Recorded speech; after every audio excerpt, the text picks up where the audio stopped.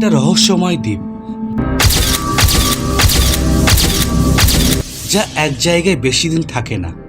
আপনি যদি একদিন সেখানে যান, পরের দিন সেটা হয়তো আর সেখানে খুঁজেই পাবেন না।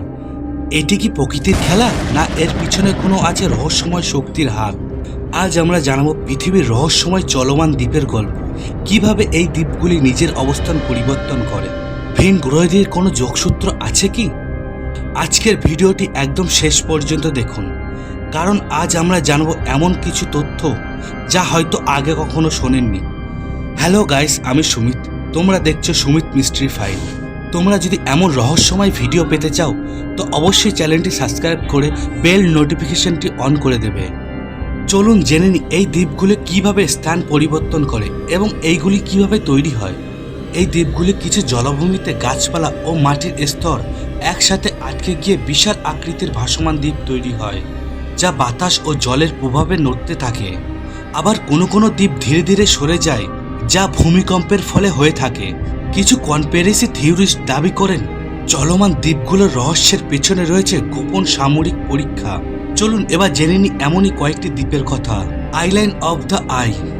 2016 সালে আর্জেন্টিনার এক জলাভূমিতে বিজ্ঞানীরা আবিষ্কার করেন এক রহস্যময় দ্বীপ, যা নিজের কক্ষপথে ঘুরতে থাকে।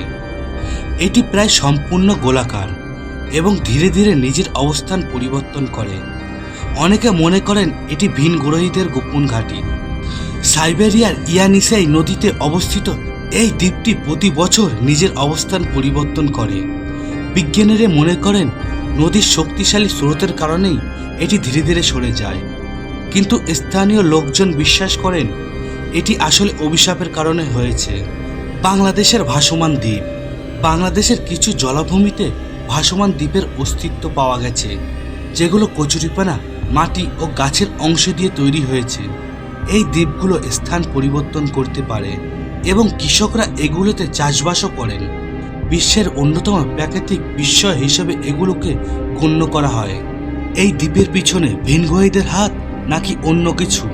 কিছু কনস্পিরেসি থিওরিস্ট মনে করেন চলমান দ্বীপের পেছনে ভিনগ্রহীদের হাত থাকতে পারে, বিশেষ করে আইল্যান্ড অফ দ্য আই। এর রহস্যময় ঘূর্ণন দেখে অনেকে বিশ্বাস করেন এটি কোনো ইউএফও ল্যান্ডিংয়ের স্পট হতে পারে। কিছু মানুষ মনে করেন এই দ্বীপগুলি আসলে গোপন সামরিক ঘাঁটি।